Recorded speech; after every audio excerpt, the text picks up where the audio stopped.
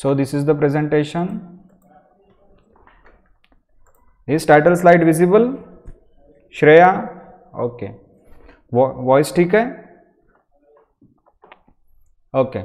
So you can switch off your mic. I am going to start the lecture number 3, and this is our lecture number 3, Unit 2, Solid State Physics, and today's date is 13th August 2021. Okay, in last 2 lectures we have seen the X-ray diffraction, Bragg's law, and in last lecture we have derived some Lave's equation, and in last part we have derived a Bragg's equations from Lave's equation. So today we are going to see very important topic related to the X-ray diffraction.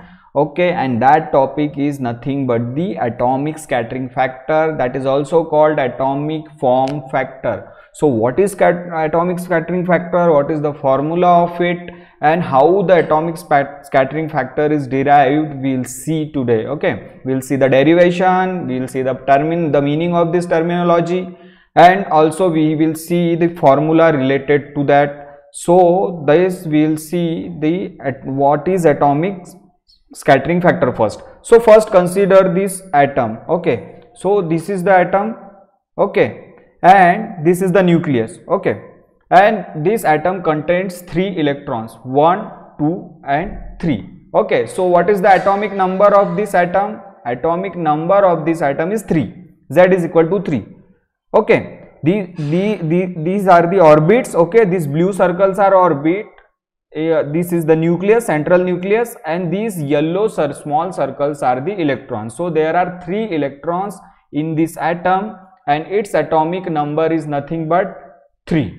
Okay, so suppose the X-rays are incident on this atom. तो actually जब atom के ऊपर X-ray पड़ती है तो X-ray का interaction किसके साथ होता है? Atom में maximum space क्या होती है? Empty होती है. एटम्स में मैक्सिमम जो स्पेस होती है वो एम्प्टी होती है. ओके, तो एक्सरे जो भी आएंगे वो एक्सरे का जो एक्सरे आएंगे बाहर से वो एक्सरे किसके साथ इंटरैक्ट करेंगे? Okay, that incident X-ray will interact with the electrons in the atom. Okay, so atom की डेंसिटी किसके वजह से होती है? इलेक्ट्रॉन्स के वजह से होती है. ओके, सो जो भी एक्सरेज आएंगे इंसिडेंट वो इलेक्ट्रॉन पे इंसिडेंट होंगे. ओके, और इलेक्ट्रॉन पे इंसिडेंट होने के कारण क्या होंगे? एक्सरे स्कैटर्ड हो जाएंगे. ओके, सो एक्सरे में क्या होता है? X-ray is consist of photons. Okay, तो फोटॉन्स भी फंडामेंटल पार्टिकल्स है, और इलेक्ट्रॉन्स, तो फोटॉन्स क्या होंगे? इलेक्ट्रॉन से टकराएंगे और फिर फोटॉन्स का डायरेक्शन बदल जाएगा. तो that is called scattering. Okay, so there are 3 electrons in this atom, and this is the nucleus. When X-rays are incident on these all 3 electrons, so these are the X-rays. These are the 3 waves related to the incident X-rays. Okay, so these are the incident X-rays, and they are incident on each electron of the atom. Okay, so there are 3 X-ray beams, and they are interacted with these 3 electrons. और because of that electrons, okay, the X-rays will get scattered. तो क्या होगा? X ray का direction बदल जाएगा. तो जैसे ही यहाँ पे एक्सरे जो ग्रीन कलर के वेव्स है, तो उसको मैंने ऐसे वेव्स के फॉर्म में दिखाया, because X-rays are electromagnetic waves. तो उसमें क्या होगा? क्रेस्ट रफ इस तरीके से वेव्स होंगी. So these are the incident X-rays. Okay, and they are incident on each electron. Okay, due to the interaction of this X-rays with the electrons, these X-rays will get scattered. इस तरीके से scattered हो जाएगी. अब ये x ray हर electron से क्या होगी? एक्सरे स्कैटर्ड होगी. So the light blue colour X-rays, these waves are scattered X-rays, and these green color waves are the incident X-rays. तो जैसे ही एक्सरेज इलेक्ट्रॉन्स पर पड़ी, इलेक्ट्रॉन्स क्या होंगे?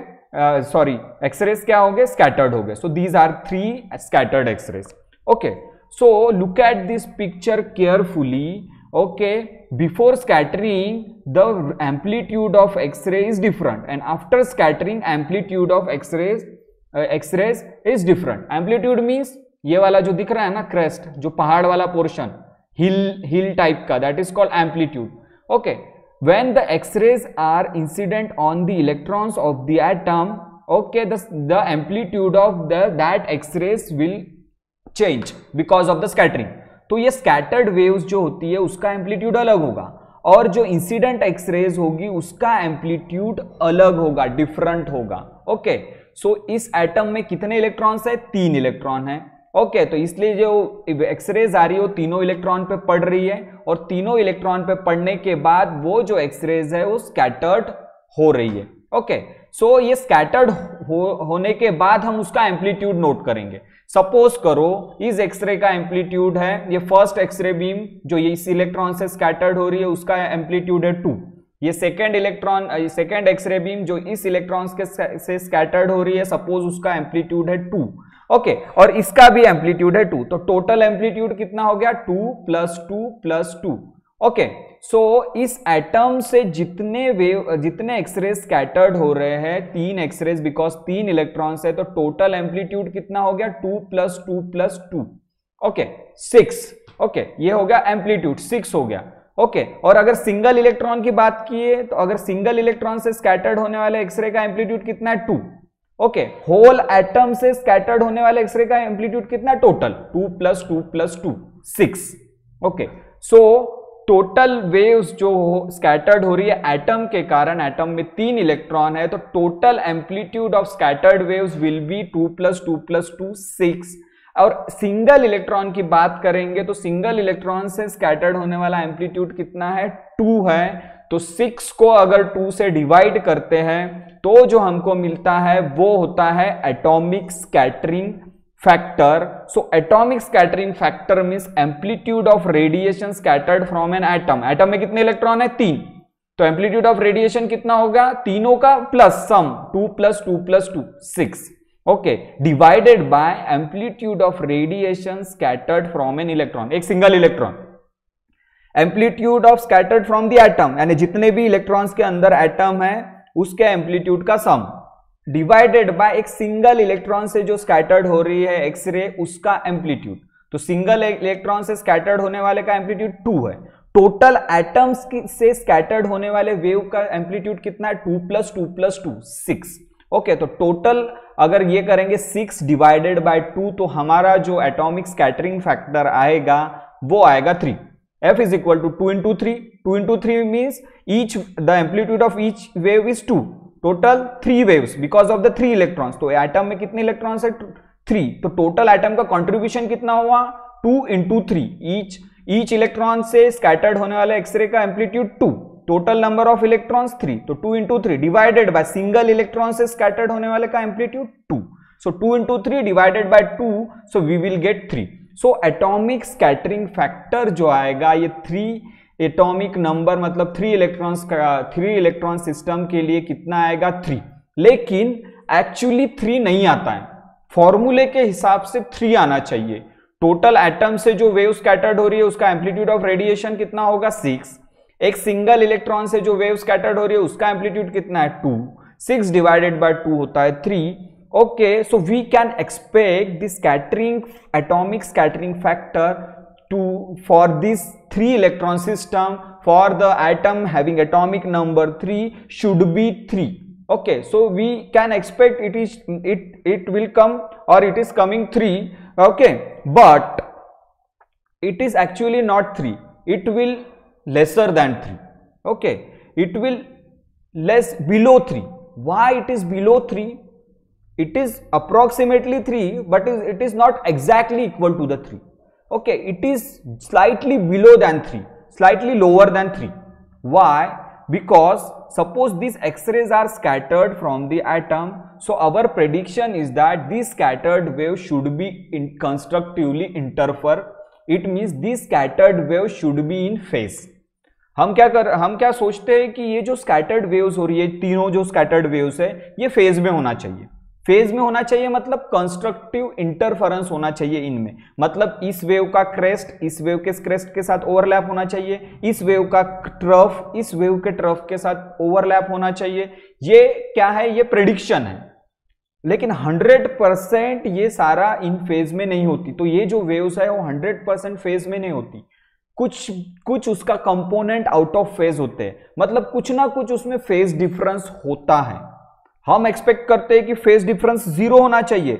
ये सारे के सारे जो स्कैटर्ड वेव्स है, तीनों जो वेव स्कैटर्ड हो रहे हैं तीनों इलेक्ट्रॉन से, वो फेज में होना चाहिए, मतलब फेज डिफरेंस 0 होना चाहिए। ओके, वो तीनों के तीनों फेज में होना चाहिए।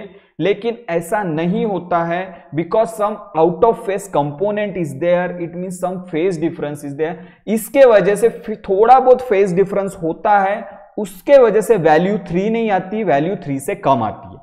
सो आइडियल केस में 3 आना चाहिए, लेकिन ये जो आइडियल केस है ये आइडियल केस होता नहीं है एक्चुअल में एटम में, इसलिए जो वैल्यू है एटॉमिक स्कैटरिंग फैक्टर की बिलो 3 आती है, ये ध्यान में रखना है। Okay, so actually value is lesser than 3, value is lower than 3।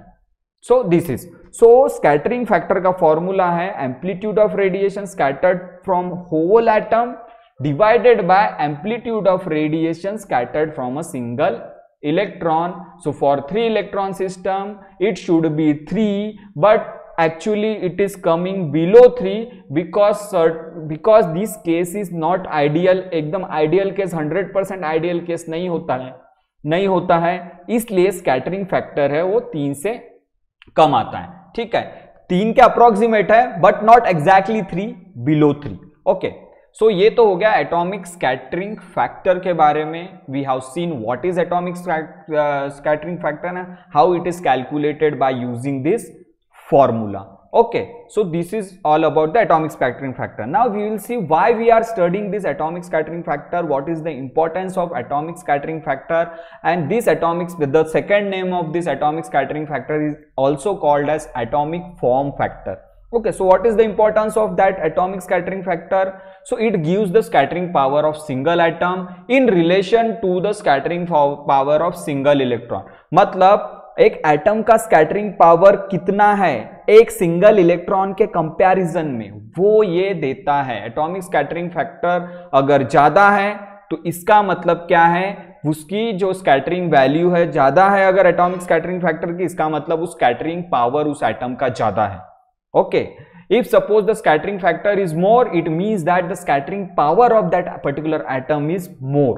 Okay, so it gives the scattering power of single atom in relation to the scattering power of single electron। Okay, तो पहले क्या करते हैं हम, scattering amplitude निकालते हैं पूरे atom का और डिवाइड करते हैं एम्पलीट्यूड एक सिंगल इलेक्ट्रॉन से, तो it is the ratio.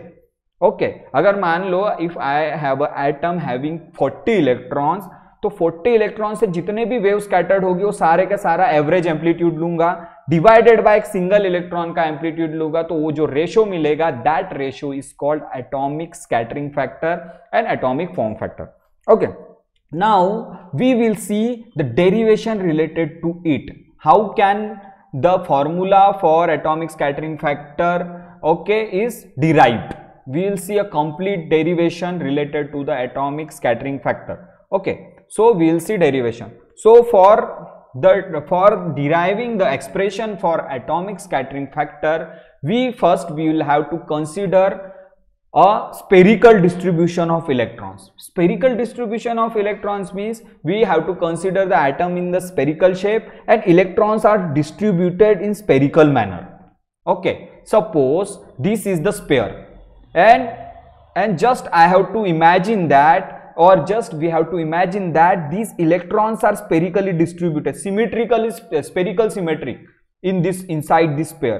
so ये हम कंसिडर करेंगे कि ये एक स्पेयर है।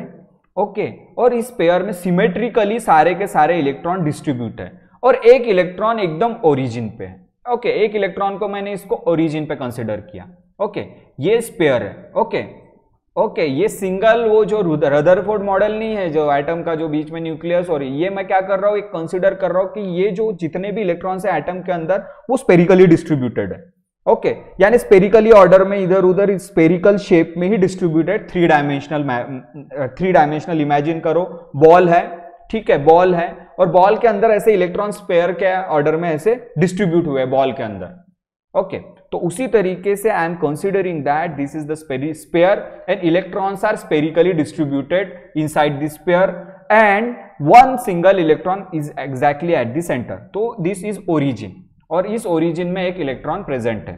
ओके, और मैं कंसिडर कर रहा हूं this is the horizontal line, this is the scattering plane, मतलब this is the scattering plane of that particular atom, atomic scattering plane, और इसी प्लेन से क्या होंगी, एक्सरे स्कैटर्ड होगी। ओके, सो ये स्कैटरिंग प्लेन कंसिडर किया, in horizontal direction there is a scattering plane and exactly at the center of this pair there is one single electron that we can consider as the origin. Okay, and this is the scattering plane. ये scattering plane मतलब क्या होता है? Scattering plane मतलब जहां से x ray scattered हो जाएगी उस प्लेन को बोलते हैं स्कैटरिंग प्लेन. तो ये जो प्लेन है ओरिजिन से जा रहा है, मतलब इस इलेक्ट्रॉन से पास हो रहा है. Okay, this is the scattering plane. अब सपोज करो एक्सरे इंसिडेंट हो रही है इस इलेक्ट्रॉन पे. Okay, this is the incident X-ray and this is scattered X-ray. So this is the incident X-ray beam and this is scattered X-ray beam.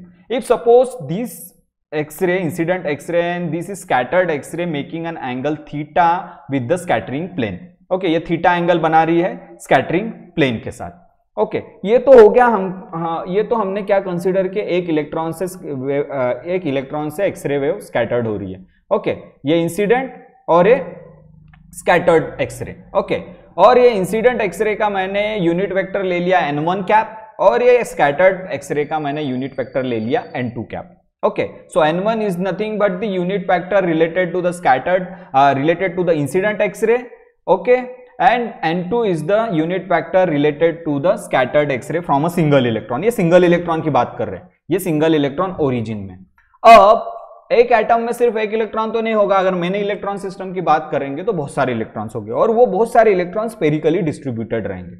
Okay, अगर हमको scattering factor निकालना है, अगर मुझे स्कैटरिंग फैक्टर निकालना है, एटॉमिक स्कैटरिंग फैक्टर, तो मुझे ये भी पता होना चाहिए कि टोटल एम्पलीट्यूड कितना है वेव्स का. जितने भी इलेक्ट्रॉन्स है, सारे इलेक्ट्रॉन्स में से जो वेव स्कैटर्ड हो रही है उसका एम्पलीट्यूड कितना है, डिवाइडेड बाय सिंगल इलेक्ट्रॉन से जो स्कैटर्ड हो रही है वेव्स, उसका एम्पलीट्यूड कितना है. तो रेशो निकालूंगा ना. ओके, तो रेशो निकालूंगा. तो क्या करते हैं, जैसे मान लो कि एक एटम की जब बात करते हैं, एक एटम में मान लो कि 100 इलेक्ट्रॉन्स है सपोज करो, तो अभी मैं क्या करूंगा कि पूरे 100 के 100 इलेक्ट्रॉन का तो स्कैटरिंग फैक्टर नहीं निकालूंगा मैं. 100 के 100 इलेक्ट्रॉन का तो एम्पलीट्यूड नहीं निकालूंगा जहां से स्कैटर्ड हो रही है. तो मैं क्या करूंगा, कुछ ग्रुप ऑफ इलेक्ट्रॉन्स लूंगा. जैसे 5 इलेक्ट्रॉन ले लिया, 5 इलेक्ट्रॉन ले लिया और 5 इलेक्ट्रॉन का मैं क्या करूंगा, एम्पलीट्यूड निकालूंगा स्कैटर्ड वेव्स का, और फिर मैं उसको इंटीग्रेट कर दूंगा तो मेरा पूरा 100 के लिए निकल जाएगा. ठीक है, तो अगर मान लो कि बहुत सारा पोर्शन है, ओके, उस पोर्शन का पूरा स्कैटरिंग वेव्स का एम्पलीट्यूड निकालना है, तो सारे पोर्शन का मैं निकालते नहीं बैठूंगा, मैं एक छोटे से पोर्शन का निकालूंगा. ठीक है, मान लो कि सारे पोर्शन में 100 इलेक्ट्रॉन्स है. अब मुझे 100 के 100 इलेक्ट्रॉन्स का एम्पलीट्यूड निकालना बहुत भारी जाएगा. तो मैं क्या करूंगा, एक ग्रुप ऑफ इलेक्ट्रॉन्स को पकड़ूंगा, 5 इलेक्ट्रॉन को पकड़ूंगा, उस 5 इलेक्ट्रॉन का एम्पलीट्यूड निकालूंगा और फिर उसको इंटीग्रेट कर दूंगा. तो इंटीग्रेशन होता क्यों है, इसीलिए एक स्मॉल पोर्शन का निकालो, उसको इंटीग्रेट कर दो तो फुल का निकलता है. ओके, एक पूरा एटम्स है, स्फेरिकल डिस्ट्रीब्यूशन है, इलेक्ट्रॉन्स में 100 इलेक्ट्रॉन्स डिस्ट्रीब्यूट हुए हैं. अब मुझे 100 के 100 इलेक्ट्रॉन्स का क्या करना है, स्कैटरिंग फैक्टर निकालना है, मतलब 100 के 100 इलेक्ट्रॉन्स का एम्पलीट्यूड निकालना है. तो एम्पलीट्यूड निकालना है तो करूंगा क्या, 100 के 100 का निकालते नहीं बैठूंगा, एक पर्टिकुलर ग्रुप ऑफ इलेक्ट्रॉन ले लूंगा, एक पोर्शन ले लूंगा छोटा सा जिसमें 5 इलेक्ट्रॉन है और उसका एम्पलीट्यूड निकालूंगा और बाद में इंटीग्रेट कर दूंगा. सो उसी तरीके से अगर मुझे ये स्फेरिकल एटम्स है, इसमें बहुत सारे इलेक्ट्रॉन्स है, सपोज करो इनफाइनाइट इलेक्ट्रॉन्स है, मुझे पता नहीं कितने इलेक्ट्रॉन्स हैं, तो मैं क्या करूंगा, इस स्फेरिकल एटम्स का एक स्मॉल एलिमेंट लूंगा छोटा सा, जिसमें कम से कम 5 या 6 इलेक्ट्रॉन्स या फिर नंबर ऑफ इलेक्ट्रॉन्स कम होंगे, वो स्मॉल पोर्शन लूंगा और फिर उसका एम्पलीट्यूड निकालूंगा और फिर उसको डिवाइड कर दूंगा इससे सिंगल इलेक्ट्रॉन के एम्पलीट्यूड से. तो मुझे स्मॉल पोर्शन के लिए स्कैटरिंग फैक्टर मिल जाएगा. अगर मुझे स्मॉल पोर्शन के लिए स्कैटरिंग फैक्टर मिल गया तो मैं उसको इंटीग्रेट करूंगा तो होल एटम के लिए मिल जाएगा. Okay, so this is the main thing we have to remember in this derivation. तो सबसे पहले मैं एक सिंगल इलेक्ट्रॉन का स्कैटरिंग यहां पे इमेजिन किया. This is the single electron and this is the incident X-ray on this electron and this is the scattered X-ray. ये तो सिंगल इलेक्ट्रॉन की बात. अब मैं एक स्मॉल पोर्शन कंसीडर करूंगा. ठीक है, so suppose this is the small portion, this is the small portion of this spherical distribution of electron and this small portion is called small volume element, DV. इसको मैं क्या बोल दूंगा, small volume element. अब यहां से इस small volume elements से भी जो स्कैटर्ड हो रही है एक्सरे, उसका भी मैं एम्पलीट्यूड निकाल. स्मॉल वॉल्यूम एलिमेंट मतलब एक छोटा सा पोर्शन कंसीडर किया स्फेयर का, जिसमें कम से कम मोर देन वन इलेक्ट्रॉन्स है, मतलब ज्यादा, एक से ज्यादा इलेक्ट्रॉन्स है, एक ग्रुप ऑफ इलेक्ट्रॉन्स है। जैसे सपोज करो कि ये पूरा स्पेरिकल एटम है, स्पेरिकल डिस्ट्रीब्यूशन ऑफ इलेक्ट्रॉन्स है और इसमें 100 इलेक्ट्रॉन है, तो एक छोटा सा पोर्शन कंसीडर किया जिसमें 5 इलेक्ट्रॉन है, उसको बोलते हैं स्मॉल वॉल्यूम एलिमेंट। ओके, अब ये करना क्यों जरूरी है? क्योंकि मुझे सारे इलेक्ट्रॉन से जितने भी वेव स्कैटर्ड हो रहे उसका एम्पलीट्यूड निकालना है। तो सारे इलेक्ट्रॉन से निकालते हुए नहीं बैठूंगा, एक स्मॉल ग्रुप पकड़ूंगा, उसका निकालूंगा, उसका निकालने के बाद इंटीग्रेशन करूंगा तो टोटल मिल जाएगा और एक सिंगल इलेक्ट्रॉन से उसको डिवाइड कर दूंगा तो मुझे मिल जाएगा atomic scattering factor. Okay, so this is the single electron at the origin, and this is the incident X-rays on this single electron, and this is scattered X-ray. Now we have to consider a group of electrons. So I am considering this a small volume element, that is dV, and suppose this is the incident X-rays on this small element dV. Okay, and this is the scattered X-ray from this small volume element dV. So I have to calculate the total amplitude scattered by the small element divided by the amplitude scattered by the single electron. इन दोनों का जब ratio लेंगे तो मुझे मिलेगा atomic scattering factor for a small volume, उसको integrate कर दूंगा तो मुझे मिलेगा total atomic scattering factor for this spherical distribution of electrons. Okay, so this is the single electron and this is a small volume element. Okay, so similarly इसका भी unit vector n1 cap होगा और इसका जो small volume element से scattered हो रही है एक्सरे उसका भी जो यूनिट वेक्टर होगा n2 होगा, क्योंकि स्कैटर्ड वेव्स का यूनिट वेक्टर n2 बोला है मैंने, n2 कैप, और incident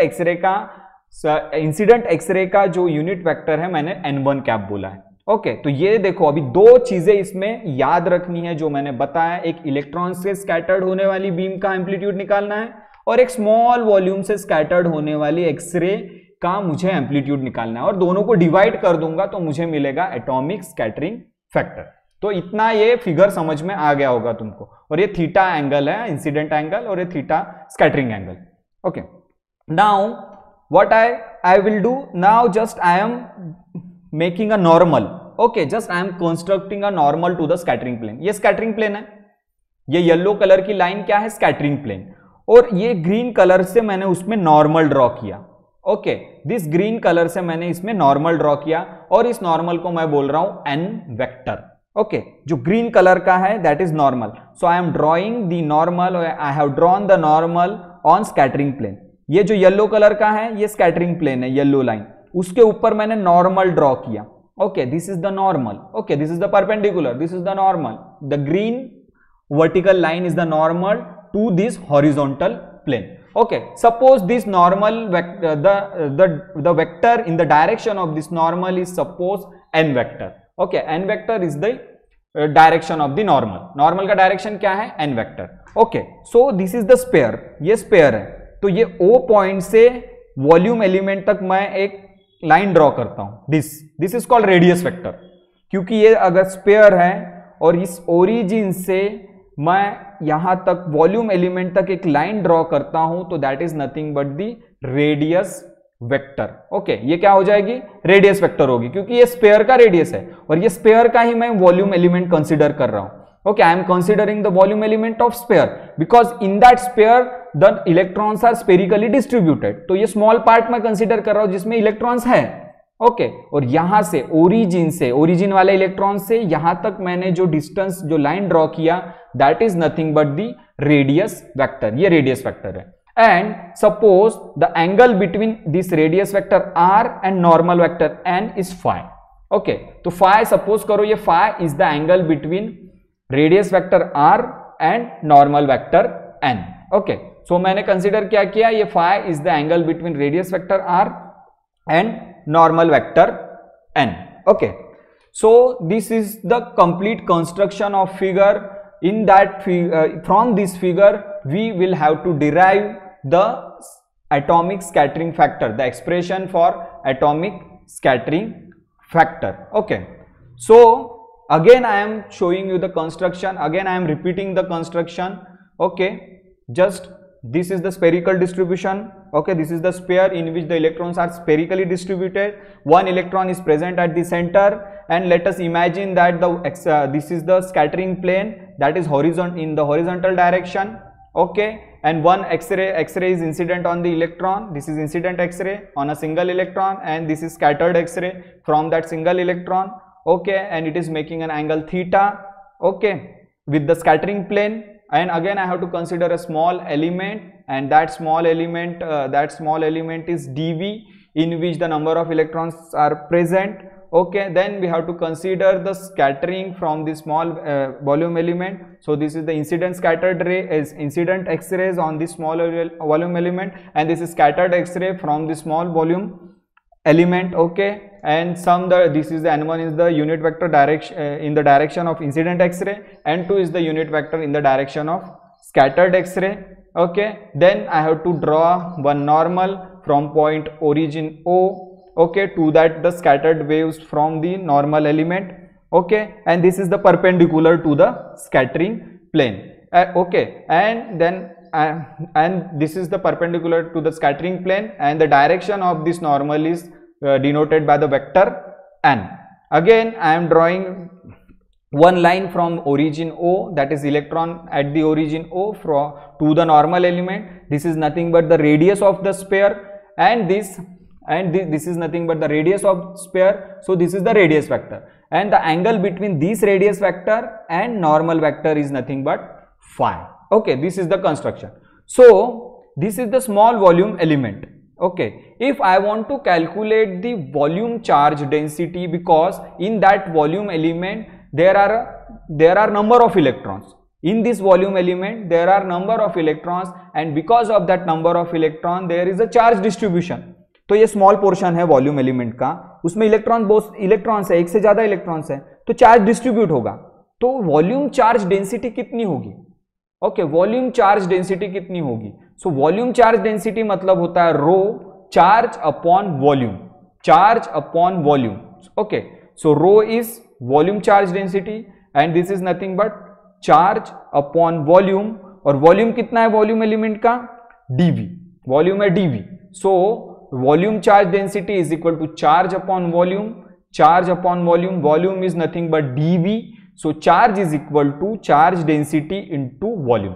Okay, so if rho is volume charge density, then we can easily calculate the charge distributed in this volume element. So rho is equal to charge upon volume, and charge upon volume means volume of volume element is dV. So charge would be rho into dV. तो इसका काम आने वाला है हमको आगे expression में. Charge मैंने क्यों निकाला? क्योंकि इसका काम एक्सप्रेशन में आने वाला है. और चार्ज कैसे निकालते हैं? ये स्मॉल वॉल्यूम एलिमेंट में चार्ज कितना डिस्ट्रीब्यूटेड है कैसे निकालते हैं? चार्ज अपॉन वॉल्यूम से, और वॉल्यूम कितना है डीवी, तो चार्ज हो जाएगा रो इंटू डीवी. रो है वॉल्यूम चार्ज डेंसिटी, उसका फॉर्मूला है charge upon volume, charge upon volume. तो चार्ज निकालेंगे हम रो इंटू डीवी. ओके, तो ये तो हो गया सिंपल डायग्राम कंस्ट्रक्शन की, डेरिवेशन का कंस्ट्रक्शन कैसे करना है.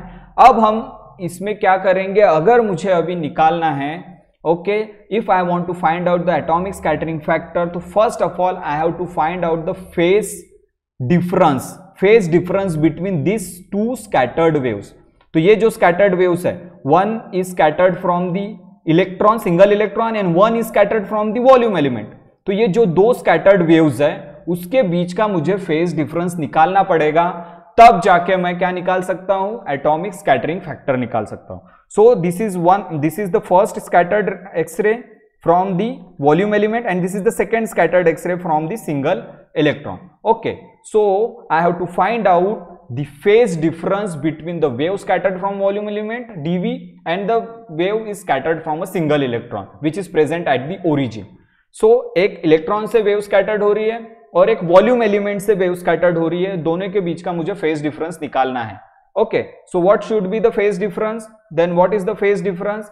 फेज डिफरेंस जो हमने लाइव्स इक्वेशन में पढ़ा था, फेज डिफरेंस कैसे निकालते हैं, सेम चीज बता रहा हूं. तो हम फेज डिफरेंस का फॉर्मूला यहां डिराइव नहीं करेंगे, सीधा फेज डिफरेंस का फॉर्मूला यहां लेंगे from lives equation. Okay, so phase difference between the wave scattered from volume element and that scattered from electron is nothing but phi r. This is the phase difference. Okay, suppose the phase difference is denoted by phi suffix r. So this is the phase difference between the wave scattered from volume element and that scattered from electron is nothing but 2 pi by lambda. Into r dot n. तो ये जो formula लिया है, ये formula लिया है lives equation पे। तुम लाइव्स इक्वेशन का डेरिवेशन देखो तो तुमको आर डॉट एन वाला फॉर्मूला मिलेगा। Okay, so this is the phase difference. So volume element से एक्सरे स्कैटर, फिर से बता रहा हूं डायग्राम से। ओके, ये वॉल्यूम एलिमेंट से वेव स्कैटर्ड हुई और ये सिंगल इलेक्ट्रॉन से वेव स्कैटर्ड हुई। ये दोनों के बीच का जो फेज डिफरेंस रहेगा, ओके, दोनों के बीच का फेज डिफरेंस जो रहेगा वो रहेगा phi r 2 pi by lambda r dot n dot। तो r is radius vector and n vector is the normal vector, 2 pi is constant and lambda is the wavelength of x-ray। Okay, तो ये इस तरीके से। अब इस dot product को मुझे रिमूव करना है, तो डॉट प्रोडक्ट को जब भी रिमूव करते हैं तो क्या आता है, कोसाइन ऑफ एंगल। जैसे a dot b is equal to क्या होता है, ए बी कॉस थीटा, और theta is angle between a and b। अब r और n के बीच का एंगल कितना है, देखो फिर से डायग्राम बता रहा हूं। Okay, just I am showing the diagram. What is the angle between r and n? This is the radius vector and this is the normal vector, and the angle between r and n is nothing but phi. Okay, the angle between r and n is nothing but the phi. So if I want to remove this dot product, so I have to quote the magnitude of r, magnitude of n is n, and the cos of the angle between them. So what is the angle between r and n? Phi. So we'll have to introduce the term cos phi। okay, because a dot b is nothing but ab cos theta। उसी तरीके से r और n के बीच का angle phi है, तो r dot n dot क्या हो जाएगा, rn cos phi। okay, so after removing, तो n क्या है, n is nothing but normal vector to the scattering field। after removing this dot product we will get phi r, that is phase difference, is equal to 2 pi by lambda r n cos phi। okay, r का, r radius vector का magnitude r, normal vector का magnitude n, and दोनों के बीच का जो angle है वो phi है, इसलिए cos phi। Okay, so this is the phase difference between the wave scattered from volume element and the wave scattered from the electron. Okay, तो ये फॉर्मूला मुझे मिला। ओके, बट हमको n की वैल्यू पता है। लाइव्स इक्वेशन जब हमने डिराइव किए थे तो नॉर्मल वेक्टर का मैग्नीट्यूड निकाले थे। सो n क्या होता है, 2 sin थीटा। ओके, ये लेक्चर अंडरस्टैंड करने के पहले तुम लाइव्स इक्वेशन का लेक्चर अच्छे से देखो, ठीक है, उसको रिकॉल करो तो तुमको ये लेक्चर इजी लगेगा। इसमें हम वहां के टर्म्स यहां ले रहे हैं। ओके, सो जो होता है फेज डिफरेंस का फॉर्मूला क्या है, 2 पाई लैम्बडा r डॉट n, और ये r डॉट n को, ये डॉट प्रोडक्ट को हटाएंगे तो क्या आएगा, rn cos phi। Okay, rn cos phi, और n की वैल्यू मुझे पता है फ्रॉम लाइव्स इक्वेशन। जब डिराइव कर रहे थे नॉर्मल वेक्टर हमने निकाला था, एंड द नॉर्मल वेक्टर की वैल्यू कितनी थी, n की वैल्यू कितनी थी, 2 sin theta. Okay, so in place of n I am putting 2 sin theta. Okay, 2 sin theta n की जगह रख रहा हूं। ओके, बिकॉज n की वैल्यू मुझे पता है जब मैंने लाइव्स इक्वेशन डिराइव किया था। तो यहां रखने के बाद इसको सॉल्व करेंगे, 2 × 2 4। Okay, 4 pi divided 2 × 2 4 pi divided by lambda sine theta. इस r को मैं cos के साथ ले रहा हूं, तो r cos phi, r को मैं cos के साथ रख रहा हूं। Okay, so this will be r cos phi। तो ये एक्सप्रेशन मिला। तो phase difference between the wave scattered from volume element and the wave scattered from single electron present at the origin will be 4 pi by lambda sine theta into r cos phi। ये मिल गया। और ये जो 4 पाई lambda sine theta, इसको मैं constant मान लेता हूं, 4 पाई लैम्बडा वेवलेंथ, और इसको एक कांस्टेंट टर्म मान लेता हूं, 4 pi by lambda sine theta. I am considering this is constant. Okay, so I am just putting in place of 4 pi by lambda sine theta is mu. इसको एक constant मान लिया, where mu is equal to 4 pi by lambda sine theta. Okay, so 4 pi by lambda sine theta को मैंने क्या मान लिया, mu मान लिया। ठीक है, 4 pi by lambda sine theta. Okay, तो इसकी जगह मैंने म्यू रख दिया, 4 pi by lambda sine theta, that is mu, r cos phi। तो this is equation number 1। So phase difference मुझे मिल गया। इस फेज डिफरेंस का मुझे यूज करना पड़ेगा स्कैटरिंग एम्पलीट्यूड निकालने के लिए, एम्पलीट्यूड ऑफ वेव्स निकालने के लिए। तो दो वेव्स के एम्पलीट्यूड निकालने हैं, एक वेव जो वॉल्यूम एलिमेंट से स्कैटर्ड हो रही है और एक वेव जो सिंगल इलेक्ट्रॉन से स्कैटर्ड हो रही है। दोनों का मुझे एम्पलीट्यूड निकालना है, और दोनों के बीच में जो फेज डिफरेंस है वो मुझे पता होना चाहिए। तो फेज डिफरेंस कितना है, mu r cos phi। Okay, now we will see the amplitude. Okay, so what is the amplitude of wave scattered from electron present at the origin O is given by amplitude of wave scattered from the electron present at origin is given by, ये wave equation है, quantum mechanics का wave equation है, इसको याद रखना है। Okay, single electron से जब वेव स्कैटर्ड होती है तो उसका एम्पलीट्यूड कितना होता है, a into exponential of i के एक्स माइनस ओमेगा टी। के वेव वेक्टर है, ओमेगा फ्रीक्वेंसी है, ठीक है, टी टाइम है, एक्स डिस्प्लेसमेंट है, ये सब हमने क्वांटम मैकेनिक्स में वेव इक्वेशन पढ़े थे, ठीक है। और वेव का इक्वेशन इस तरीके से एम्पलीट्यूड को रिप्रेजेंट करते हैं क्वांटम मैकेनिक्स में। सो सिंगल इलेक्ट्रॉन के लिए amplitude of wave scattered from electron at point origin O is given by a into e to the power I kx minus omega t। तो ये एम्पलीट्यूड हो गया वेव का जो सिंगल इलेक्ट्रॉन से स्कैटर्ड हो रही है। Okay, this is the amplitude of wave scattered from single electron. Okay, scattered from single electron. So ये एम्पलीट्यूड ऑफ वेव हो गया। तो इस एम्पलीट्यूड ऑफ वेव के एक्सप्रेशन को तुमको याद रखना है। This is the equation number 2। So this is the amplitude of wave scattered from electron present at the origin. ये सिंगल इलेक्ट्रॉन के वेव का एम्पलीट्यूड हो गया, a into e to the power i kx minus omega t. अब देखेंगे amplitude of wave scattered from the volume element. Okay, now we will see the amplitude of wave scattered from the small volume element dv is nothing but, देखो same term है, बस यहां phase difference का term add किया, because दोनों में phase difference कितना है, phi r। So same expression a into e to the power i kx minus omega plus ये टर्म ऐड करना है इसमें। ये टर्म क्यों ऐड कर रहा हूं, ये फेज डिफरेंस, बिकॉज दोनों वेव्स में फेज डिफरेंस है, इसलिए I have to add this term to the amplitude of wave scattered from small element. तो जो स्मॉल एलिमेंट है dv, उसमें एम्पलीट्यूड में ये टर्म ऐड करूंगा, a e to the power i kx minus omega T plus i phi r।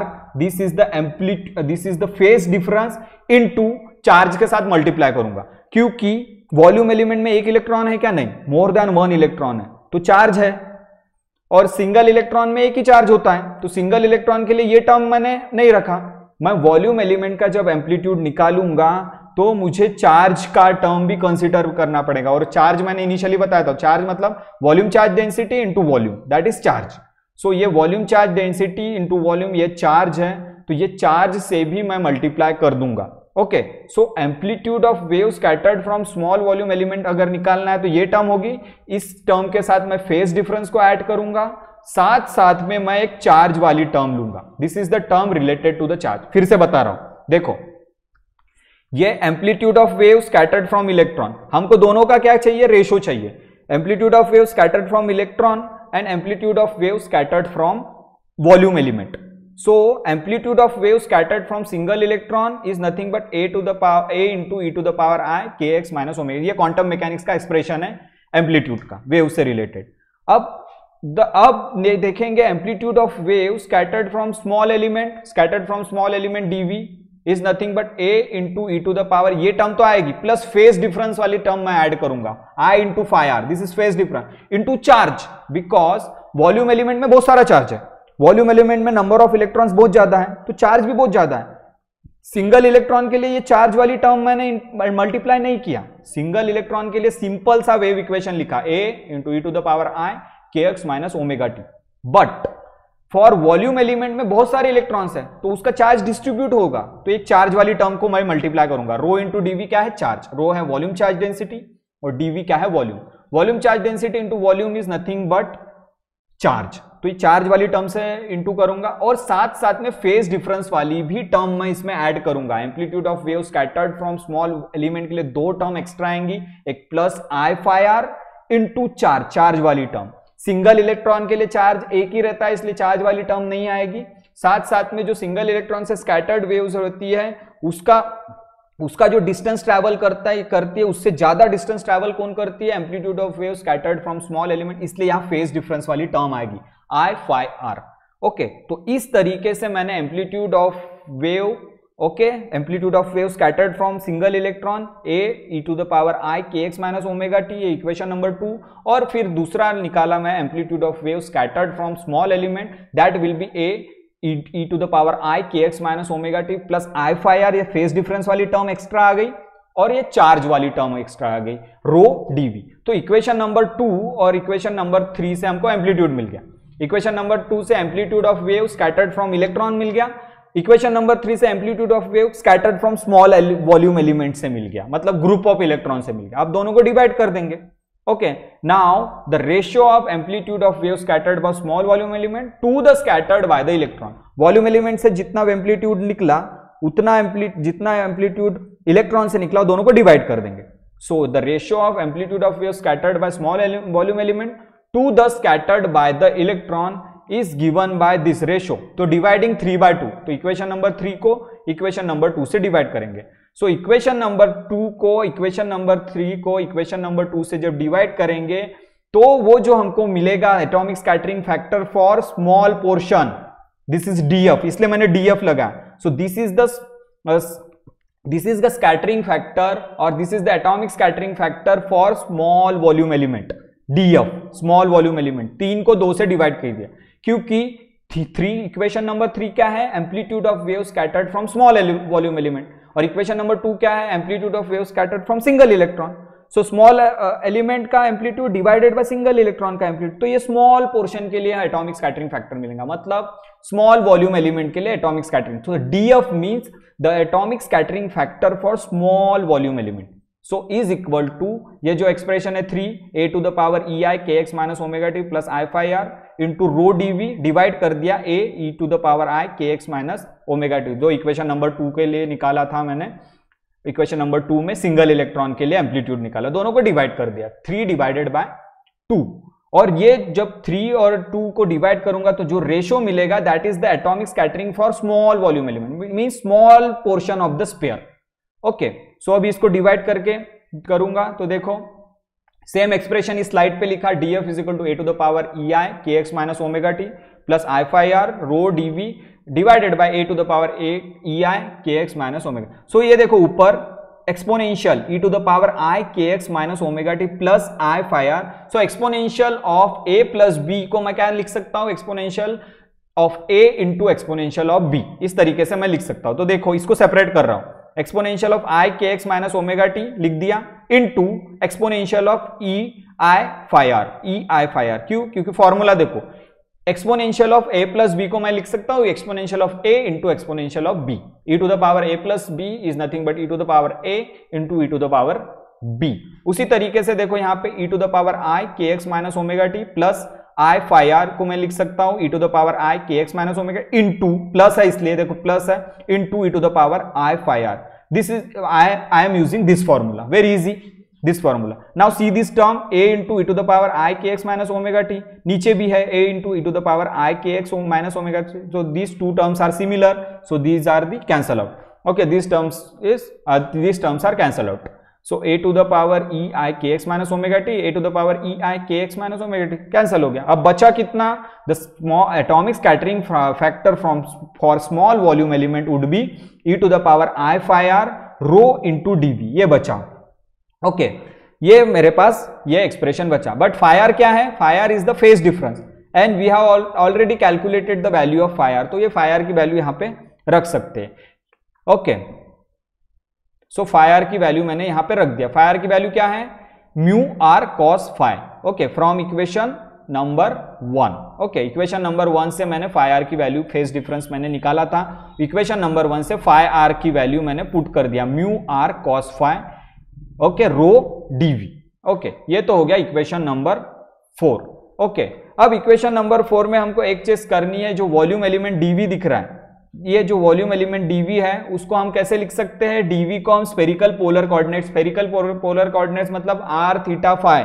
Okay, सो ये r phi में ये dv को हम लिख सकते हैं, dv को कैसे लिख सकते हैं, dv को हम लिख सकते हैं 2 pi r square sine phi D phi into D r using spherical polar coordinate. Spherical polar coordinate का डेरिवेशन बहुत ज्यादा है, ये कैसे निकालते हैं इसके लिए एक अलग से लेक्चर्स लेना पड़ेगा, लेकिन इतना याद रखो कि स्फेरिकल पोलर कोऑर्डिनेट से वॉल्यूम एलिमेंट कितना निकलता है, 2 pi r square sine phi D phi into D R.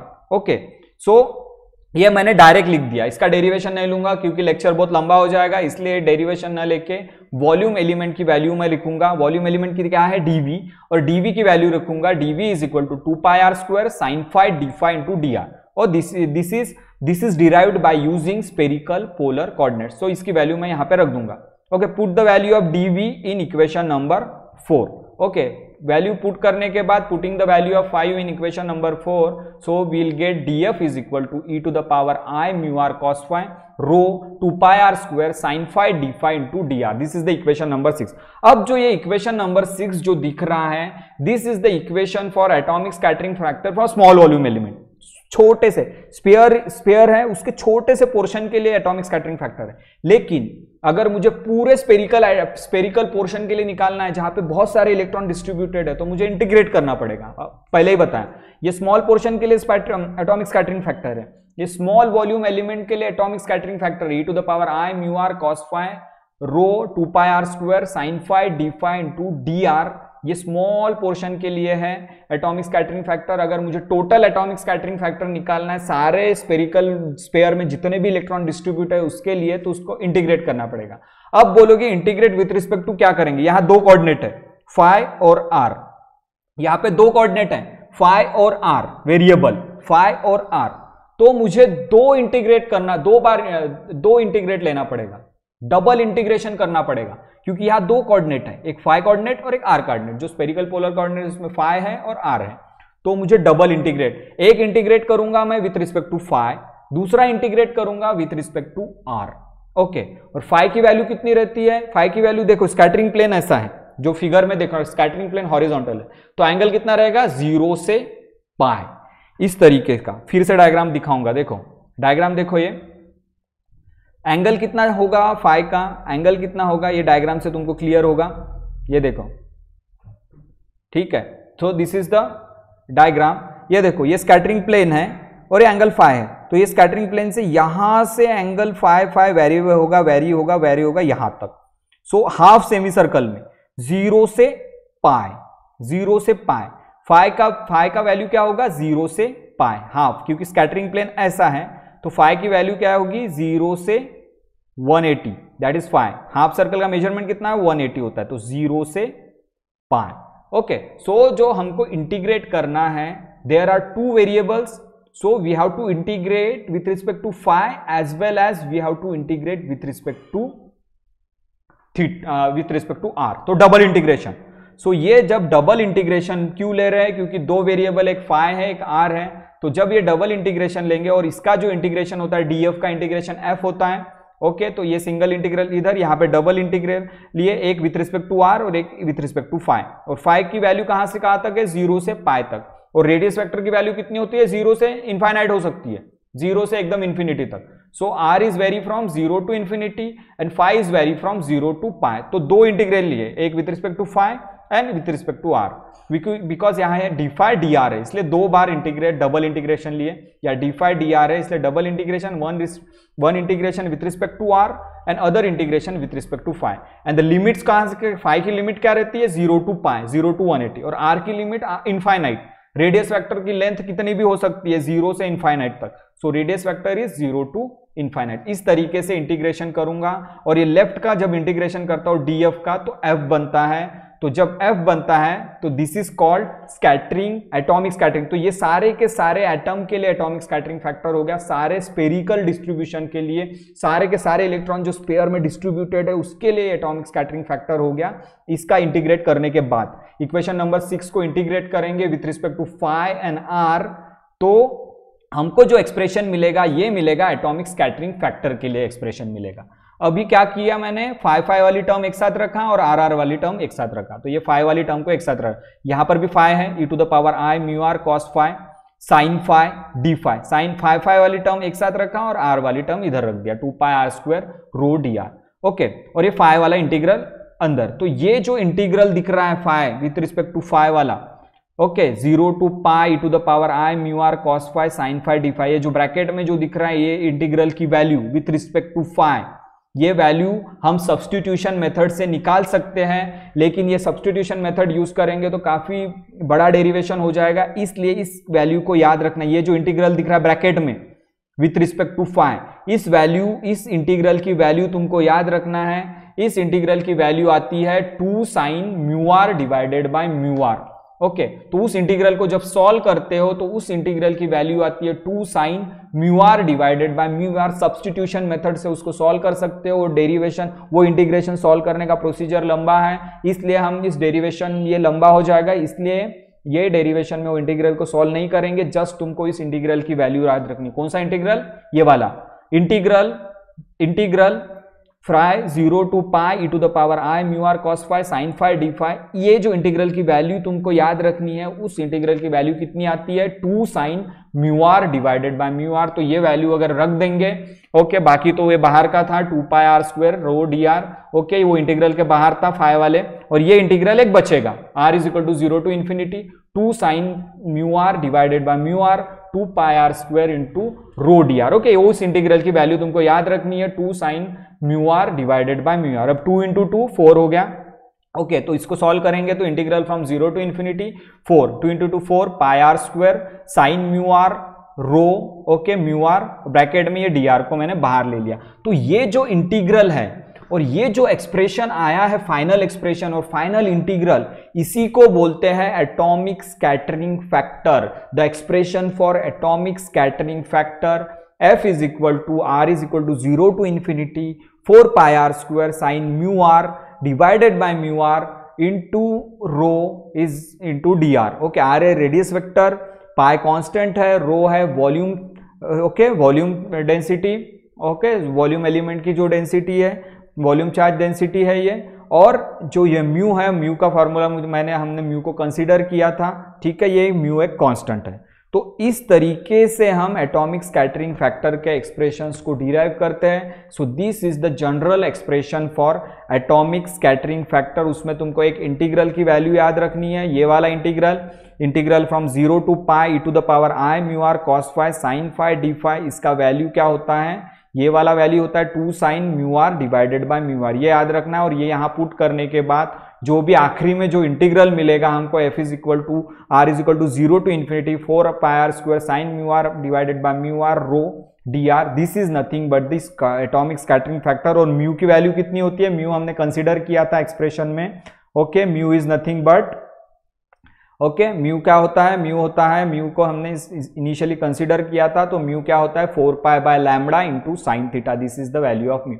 तो इस तरीके से हम एटॉमिक स्कैटरिंग फैक्टर को डिराइव कर सकते हैं bye using this constructing this diagram. Single electron के लिए एम्पलीट्यूड निकालो, स्मॉल वॉल्यूम के लिए एम्पलीट्यूड निकालो, दोनों को डिवाइड कर दो, स्मॉल वॉल्यूम का एम्पलीट्यूड को सिंगल इलेक्ट्रॉन के एम्पलीट्यूड से, एम्पलीट्यूड ऑफ स्कैटर्ड एक्सरे, और जो मिलेगा हमको मिलेगा scattering factor, atomic scattering factor for small element. फिर उसको इंटीग्रेट करो तो हमको मिलेगा atomic scattering factor for whole spherical distribution of electron. तो इस तरीके से हमने एटॉमिक स्कैटरिंग फैक्टर का एक्सप्रेशन देखा, किस तरीके से डिराइव करते हैं, और एक्चुअली एटॉमिक स्कैटरिंग फैक्टर क्या होता है उसका फॉर्मूला देखा, amplitude of radiation scattered from the atom, total atom से कितना स्कैटर्ड हो रहा है, divided by the amplitude of radiation scattered from the electron. Okay so today it's all about this atomic scattering factor.